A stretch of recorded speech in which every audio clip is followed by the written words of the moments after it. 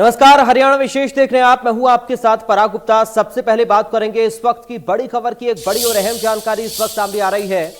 बड़ी खबर इस वक्त आपको बता दें, सोनाली मौत मामले में कांग्रेस विधायक का बड़ा बयान सामने आया है।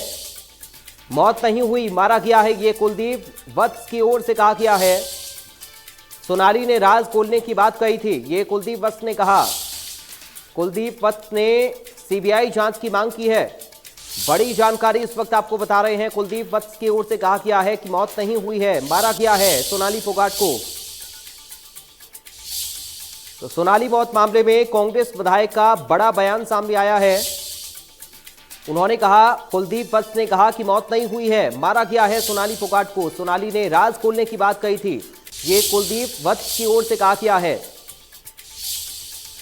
मैं एक बात कहता हूं कि इसकी सीबीआई जांच होनी चाहिए, सिटिंग जज से जांच होनी चाहिए। पूरा परिवार जिस प्रकार से वो कल से मैं भी बयान देख रहा हूं, बता रहे हैं कि उसके खाने में कुछ न कुछ दिया गया है। उन्होंने अपनी मां से फ़ोन किया, अपनी बहन से फ़ोन किया, तो इसकी कहीं ना कहीं इसमें डाउट है, तो इसकी सीबीआई जांच करनी चाहिए। आज बताते हैं कि उसके पीए का ने उसके लैपटॉप से पूरा डाटा गायब है, उसका पीए गायब है, वो कई अलग अलग स्टेटमेंट दे रहा है। तो कहीं ना कहीं इसमें बड़ा कोई न कोई मामला है, इसकी सीबीआई जांच होनी चाहिए। देखिए, जिस प्रकार से सोनाली जी फेसबुक पे भी बोल रही थी, उसके ट्विटर हैंडल पे भी चेक करो आप, तो कहीं ना कहीं उसने कहा था कि मेरे बहुत ऊपर तक मेरे हाथ है, और बोली मैं जब बोलूँगी तो दिल्ली तक लोग हिल जाएंगे। तो कहीं ना कहीं इसमें कोई राजनीतिक भी हो सकता है।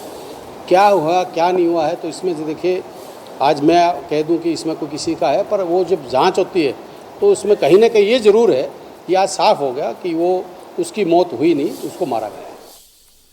टिकटॉक स्टार और बीजेपी नेता सोनाली फोगाट की मौत के बाद कई सवाल खड़े हो रहे हैं। परिजनों ने सोनाली के मैनेजर सुधीर सांगवान पर मौत की साजिश रचने का आरोप लगाया है और मामले में सीबीआई जांच की मांग की है। देखिए रिपोर्ट।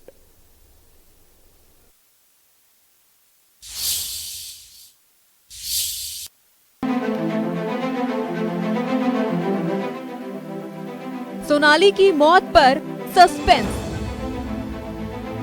परिजनों ने लगाया हत्या का आरोप। सोनाली के पीए पर लगे आरोप, सीबीआई जांच की मांग की। बीजेपी नेता और टिकटॉक स्टार सोनाली फोगाट की मौत पर सस्पेंस बढ़ता जा रहा है। सोनाली का परिवार ये मानने को तैयार नहीं कि उनकी मौत हार्ट अटैक से हुई है। परिजनों का कहना है कि सोनाली की हत्या की गई है। सोनाली के भांजे ने भी सोनाली की मौत का जिम्मेदार उसके निजी सचिव सुधीर सांगवान को ठहराया है। भांजा विकास ने सुधीर सांगवान पर आरोप लगाते हुए कहा कि सुधीर सांगवान ने ही सोनाली फोगाट की मौत की साजिश रची है। इतना ही नहीं, सुधीर सांगवान के कहने पर यहाँ फार्म हाउस से लैपटॉप और जरूरी सामान भी उठा लिया गया है, जिसमें सारा डेटा और जमीन और प्रॉपर्टी के कागजात भी सेफ थे। इसके साथ ही विकास ने कहा कि उसके साथ सुधीर सांगवान की बातचीत भी हुई और वो बार बार उसकी मामी यानी सोनाली फोगाट की मौत के बारे में बयान बदल रहा है। सर, हमारी मांग है, मतलब जांच निष्पक्ष होनी चाहिए, इसमें किसी का वो ना हो, इंटरफेयर, निष्पक्ष जांच हो। और हमें पूरा यकीन है कि ये सुधीर सांगवान ने किया है, प्री प्लान से किया है, जो उनके पीए हैं सुधीर सांगवान। तो सीबीआई की भी मांग है? सीबीआई की मांग है सर हमारी ये भी मांग है कि हाईकोर्ट से जज हैं जो, उनको बिठाया जाए और जांच करवाई जाए। प्रॉपर्टी का मामला भी हो सकता है सर, क्योंकि अकेले थे वो, ना किसी से बात करने देता था सोनाली फोगाट जैसे परिवार वालों को, ना ही उनके फोन अटेंड करने देता था, खुद फोन अटेंड करता था। मुझे शक है कि कहीं फोन भी हैक ना कर रखा उनका उसने। जो भी घर वाला उससे बात करता है, पहले तो उसने 50-60 बार फोन करने से फोन नहीं उठाई। वो हर बंदे को मतलब अपनी अलग स्टेटमेंट बताता है, किसी को कुछ बताता है, किसी को 6 बजे बताता है कि उल्टियां हुई थी। लेकिन जब मेरी बात हुई है, उसने बताया कि हम साथ इकट्ठे थे, सारी रात हमारी बात हुई, मैडम के साथ सुख दुख की अच्छी तरह बात हुई है। उसके बाद फिर कहता है कि मैं 7-7:30 बजे 5 मिनट के लिए बाहर आया कमरे से, कमरे के अंदर गया 5 मिनट के बाद तो मैडम को मृत पाई गई है मैडम। तो यहाँ से कोई सामान वगैरह भी गायब हुआ? यहाँ से लैपटॉप गायब हुआ है सर, कल ही। मतलब सुधीर सांगवान का बंदा था जो यहाँ पे रखा हुआ था, उसने, सुधीर सांगवान ने उसके पास फोन किया है पीए ने कि आप यहाँ से भाग जाओ, अपना लैपटॉप वगैरह सब उठा के ले जाओ। उसमें सर सारा डाटा था, सारा लेखा जोखा था, सारे जमीन के कागजात वगैरह सब उसी के अंदर थे। सारा लेखा जोखा जो सोनाली फोगाट जी करते थे इलेक्शन की, सारी डिटेल उसके अंदर थी। तो ये किसने उठवाया आपसे? ये सुधीर सांगवान ने उठवाया जी। इंसाफ के लिए सोनाली फोगाट की सास, जेठ, बहन मीडिया के सामने आए और पीए सुधीर पर गंभीर आरोप लगाते हुए सीबीआई जांच की मांग की है। इसके साथ ही कहा कि नार्को टेस्ट होना चाहिए जिससे सच्चाई सामने आ सके। आया था। अच्छा, तो क्या कहा उन्होंने? उसका जैसे सिंपल कॉल आई थी तो बोली कि मेरे को ना व्हाट्सएप पे बात करनी है तेरे से। बता दो। तो जब मैं ना व्हाट्सएप पे 3-4 बार जैसे कट कट के उसने बात की, कभी 10-15 मिनट ऐसे बात हुई, तो बोली कि बहुत वैसे लग रही कि घबराई हुई थी वो। जब मेरी बात हुई, जब बोली मेरे को ना टेंशन हो रही है। तो मैं किस बात की टेंशन हो रही है तेरे को? बोली जैसे मेरे खिलाफ है ना कोई साजिश रच रहा है, मैं ना बहुत डरी हुई हूँ कर यूँ इस टाइप की बात करने लग रही। तो फिर मैं बोली बता, बोली आऊँगी ना जब बताऊँगी तेरे को भी मेरे साथ कुछ है ना यहाँ गलत हो रहा है क्या, ये इस टाइप की बात करने लग रही। फिर किसी का नाम लिया क्या? उसने नाम नहीं लिया किसी का। तो जैसे मैं ना बात कर रही उस टाइम किसी की आने की आवाज़ सुनाई दी, जैसे कोई जेंट्स बोल रहा है, लेकिन वो सुधीर सांगवान था, उसकी आवाज़ मैं अच्छे से पहचानती हूँ। सुधीर सांगवान जब अंदर आया ना रूम के, तो वो बोली कि मैं कल तेरे से बात करूँगी। उसके बाद फिर उसने नॉर्मल। सिर से पहले बाप का साया उठा, अब माँ का उठ गया। पूरी तरह से टूट चुकी सोनाली की बेटी ने भी इंसाफ की गुहार लगाई है। उसने कहा कि मेरी माँ को इंसाफ मिलना चाहिए। मेरे को जस्टिस मिलना चाहिए, इन्वेस्टिगेशन होनी चाहिए प्रॉपर, और जो कल्प्रिट है उन्हें पनिशमेंट मिलनी चाहिए। परिजनों की शिकायत पर गोवा पुलिस ने सुधीर सांगवान को हिरासत में ले लिया है, लेकिन परिवार गिरफ्तारी की मांग कर रहा है। बता दें कि सोनाली का गोवा में निधन हुआ था। वो अपने स्टाफ के साथ गोवा गई थी। शुरुआती जांच में हार्ट अटैक से मौत बताया गया है। Bureau report, India news, Haryana. Sonali Phogat के परिजनों ने सुधीर सांगवान पर साजिश रचने और हत्या करने का आरोप लगाया है। इस मामले में सोनाली के परिजनों ने गोवा पुलिस को शिकायत दी है, जिसमें परिजनों ने सोनाली के साथ रेप का भी जिक्र किया है। देखिए शिकायत की एक्सक्लूसिव कॉपी।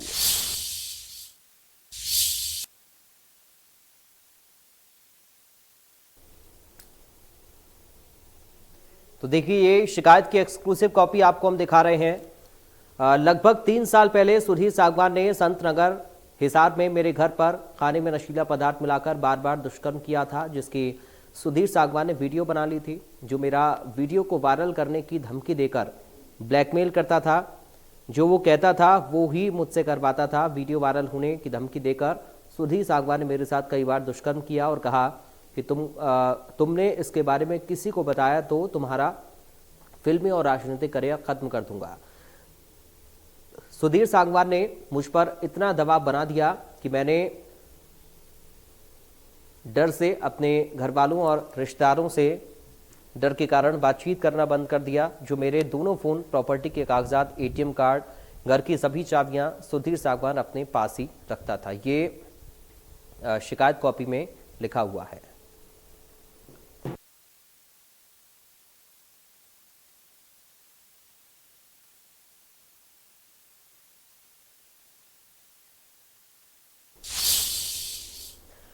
सोनाली फोगाट की मौत पर उनके भाई रिंकू का क्या कुछ कहना है, सुनिए। 8:30 के करीब उनके पीए सुधीर सांगवान ने जानकारी दी हमें, फ़ोन किया मेरे बड़े भाई वतन ढाका के नंबर पे। तो उन्होंने बताया कि गोवा में कोई किडन का शूट है और उसके दौरान आपकी सिस्टर की मौत हो गई। फिर हम उसी टाइम जिसमें वहाँ से अपने गांव से निकले हिसार के लिए, हिसार से दिल्ली और दिल्ली एयरपोर्ट से गोवा, यहाँ 8 बजे पहुँचे। क्या लगता है कि आपको क्या हुआ रहेगा ऐसा? हमें तो क्लियर है जी, मर्डर है ये, बिल्कुल श्योर हूँ। हम तो श्योर हैं जी इस चीज़ के लिए। कैसे श्योर बोल रहे हैं आप? क्योंकि सोनाली जी का फ़ोन आया था 22 को जी। 22 को काफ़ी देर तक लेट नाइट तक हमारी बात होती रही। मेरी मदर की बात हुई है, 2 मेरी बहनें हैं, उनसे बात हुई, और मेरे जीजा जी हैं अमन पूनिया हिसार से, उनसे बातचीत हुई। सोनाली फोगाट की मौत को लेकर इनेलो विधायक अभय चौटाला ने कहा कि सोनाली बीजेपी नेता थी, अगर वो किसी दूसरी पार्टी की नेता होती तो सरकार तुरंत सीबीआई जांच करवा देती। वहीं कैबिनेट मंत्री कंवल गुप्ता ने कहा कि सोनाली फोगाट की मौत की सीबीआई जांच की मांग सरकार देखेगी।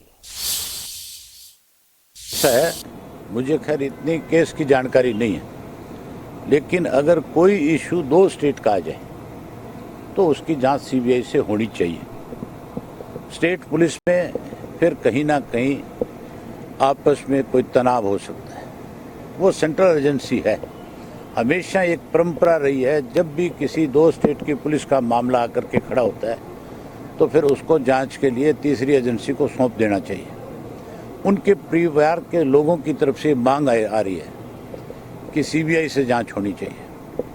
सीबीआई से जांच कराने में परहेज क्या है, किस चीज़ का डर है, क्यों नहीं करवा रहे? भाजपा की नेत्री है, अगर वो किसी दूसरे पार्टी की होती और कोई सीबीआई की जांच करता फिर तो मेरी ख्याल भाजपा वाले 1 मिनट नहीं लगाते, फिर तो 1 मिनट में जांच सीबीआई को सौंप देते और पता नहीं उस पार्टी के लोगों के ऊपर किस तरह के आरोप लगा देते। इनकी अपनी पार्टी की लीडर थी, अपनी पार्टी की सीनियर नेताओं में आती थी, लंबे समय से संगठन में काम कर रही थी। जब उसके परिवार के लोग अब तक उस लड़की का पोस्टमार्टम नहीं होने दे रहे, अब तक इस बात पे अड़े हुए हैं कि पहले उसके पीए को अरेस्ट किया जाए, अब तक उसको पीए को अरेस्ट नहीं किया। उसका ये भी सोशल मीडिया पे चल रहा है कि उसके घर से कंप्यूटर चोरी हो गया। अब उस कंप्यूटर में क्या चीज़ें थी, कई चीज़ें हैं जो मतलब कहीं ना कहीं शक की तरफ जा रही है। इसलिए बीजेपी के नेताओं को बिना देरी किए बिना इसकी जांच सीबीआई को सौंपनी चाहिए, तो ताकि लोगों को ये लगे कि ये लोग निष्पक्ष हैं। जो भी उचित कार्रवाई होगी वो सरकार करेगी। सरकार से सीबीआई की जांच की मांग कर रहे हैं और परिवार के लोग तो सरकार पंचायत चले बढ़ते हैं आगे।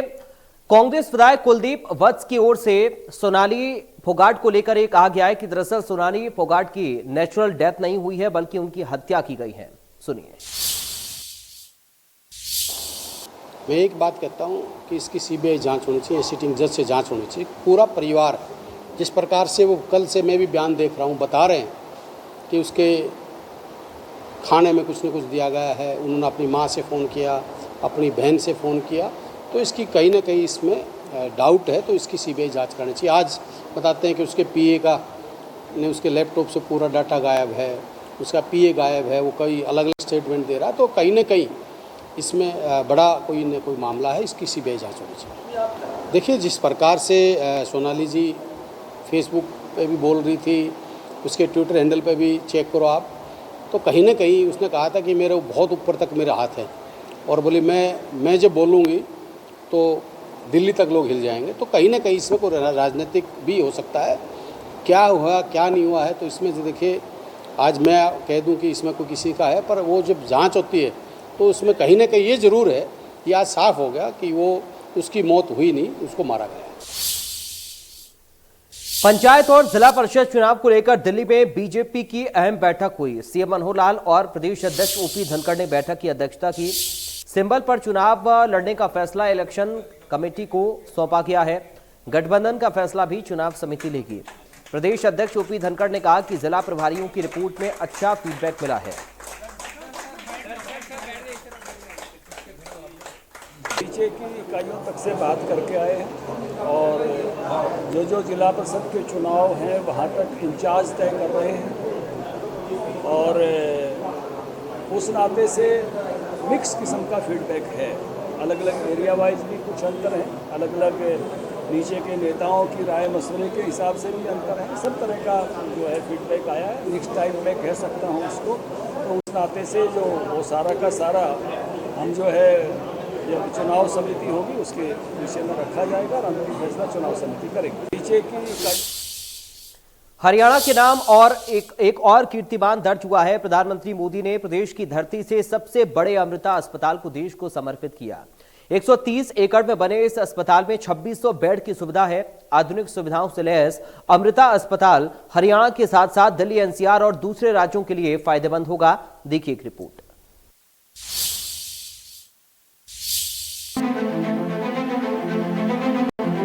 प्रगति के पथ पर अग्रसर प्रदेश को एक और बड़ी सौगात मिली है। प्रधानमंत्री मोदी ने फरीदाबाद में देश के सबसे बड़े अमृता अस्पताल को देश और प्रदेश को समर्पित किया।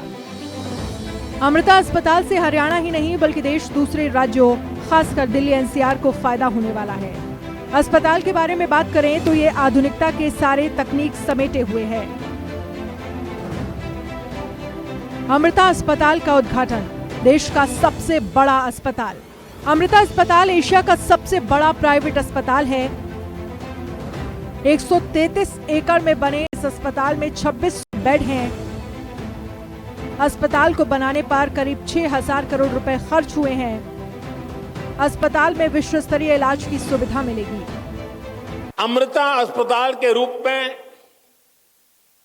फरीदाबाद में आरोग्य का इतना बड़ा संस्थान प्रतिष्ठित हो रहा है।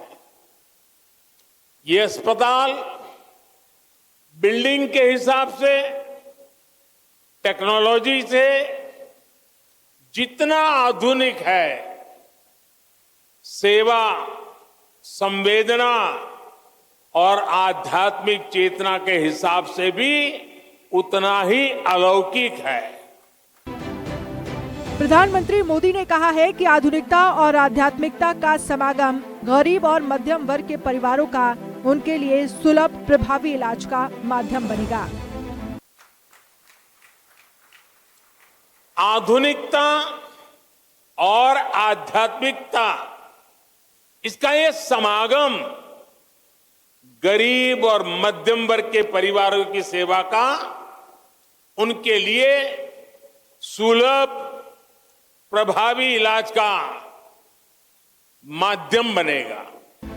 प्रधानमंत्री मोदी ने कहा है कि भारत एक ऐसा राष्ट्र है जहां इलाज एक सेवा है, आरोग्य एक दान है, जहां आरोग्य आध्यात्म दोनों एक दूसरे से जुड़े हुए हैं। हमारे यहाँ आयुर्विज्ञान एक वेद है। हमने मेडिकल साइंस को भी आयुर्वेद का नाम दिया है। भारत एक ऐसा राष्ट्र है जहां इलाज एक सेवा है, आरोग्य एक दान है, जहां आरोग्य, आध्यात्म दोनों एक दूसरे से जुड़े हुए हैं।